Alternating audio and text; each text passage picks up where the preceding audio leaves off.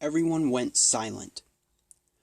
I forgot this whole time. I had a map. We don't need any directions. We could have been using it this whole time. Isn't this great? Indeed it is, young backpack. It appears I'm no longer needed here. Let's take our leave, young candy girl, the one great ape said, taking Pastry by the hand and throwing her on his back. Farewell, heroes destined to destroy destiny.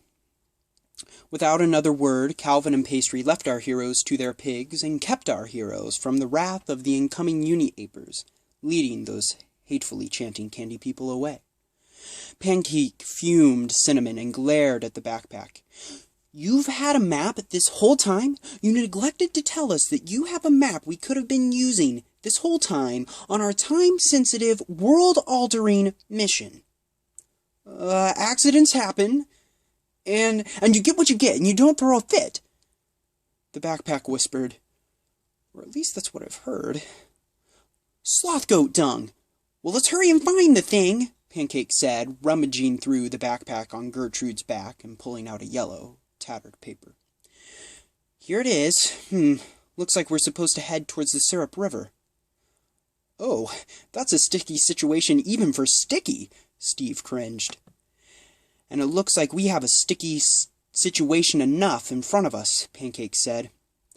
Let's get this whole pig wrangling thing done with. Go on, Gertrude. Taking off his sword and stepping towards the pin, Gertrude took a deep breath. Let it begin, then. Swinging his legs over the top, the boy jumped into the pin, splashing murky mud and making a satisfying plop.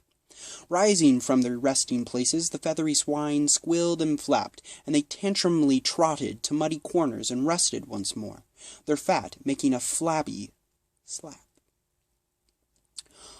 All right, Gertrude looked back at Pancake. I'm going for the little one. Come on, Gertrude, we need to go, and Sticky said that one was the hardest. Exactly. Gertrude! The boy paid no attention to Pancake's potent point, her attempt at prevention, and instead sought the pig of only a slippy dimension. What are you trying to prove? Pancake huffed. Gertrude ran towards where the pigs had plopped, and to his surprise they stood grunting, as to tell him to stop. Then they charged, shaking their heads to and fro and two, throwing the boy out from their much-loved mud stew. You think you can beat me? Gertrude jumped up and then back into the pen. Yet time and time again, the boy was thrown back from in, until Sticky walked out, with Cackner's dog-cow cheese, and a grin. Mama sent me out here to give you all some snacks. I told her you all be needin' is suckers, but she don't believe me like I do. Where'd the other two go?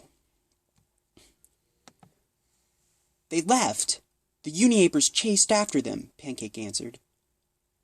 Ah. I see you will soon have trouble on your own. Candy guards be in the distance. Gonna be tough, seeing as you done made our pigs squillin', man. What you scared of? Scared?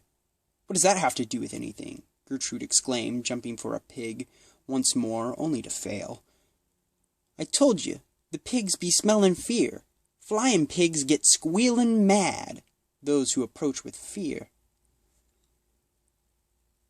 You sure he didn't just rile them up, chasing after them like crazy? Pancake sighed.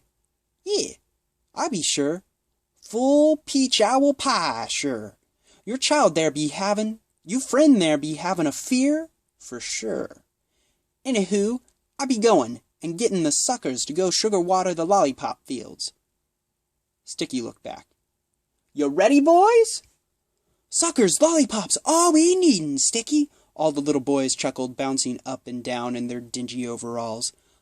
Let's go! Sticky bellowed, all the young ones scurrying past him. He leaned towards Pancake and whispered, Don't be worrying, Candy Girl. I got a plan. Okay? A plan for what? Before she could even ask, Sticky ran off after the suckers, yelling, Hey boys, those nice candy guards here be needin' hugs for their hard work. You know it be thanks to them in Candy City that we be having our lollipop fields. Give 'em an old-fashioned sucker's hug, boys.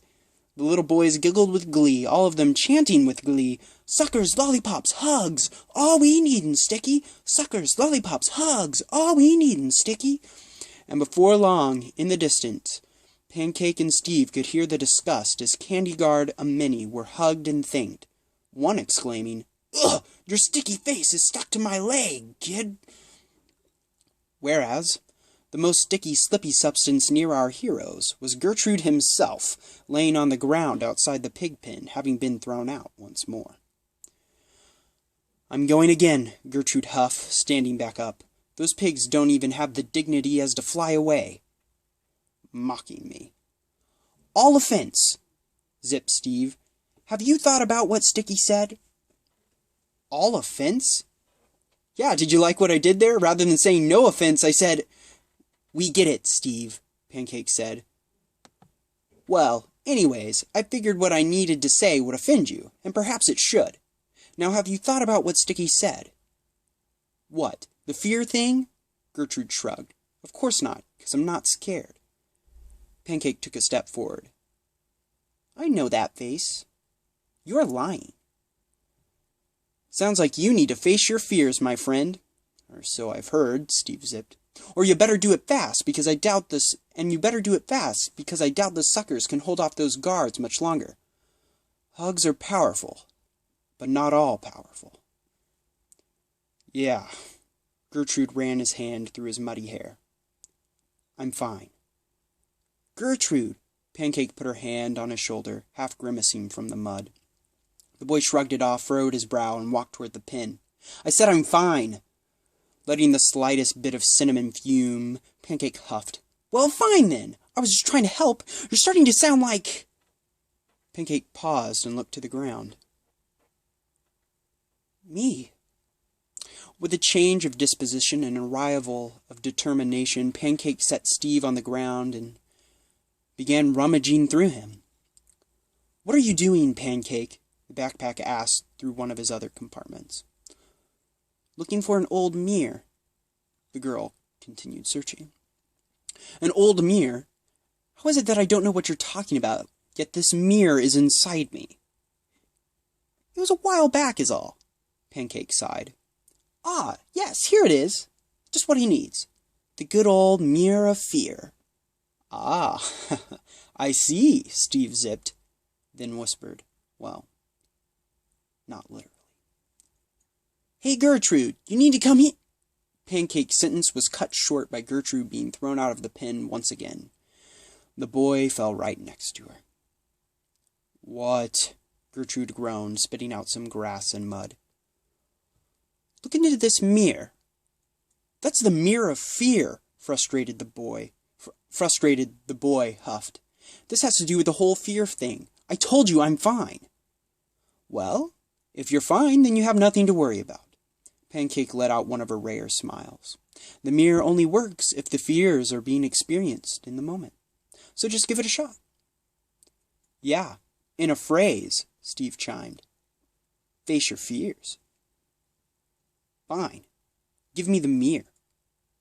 The boy snatched the mirror out of Pancake's hand, started to turn its face toward his, but stopped.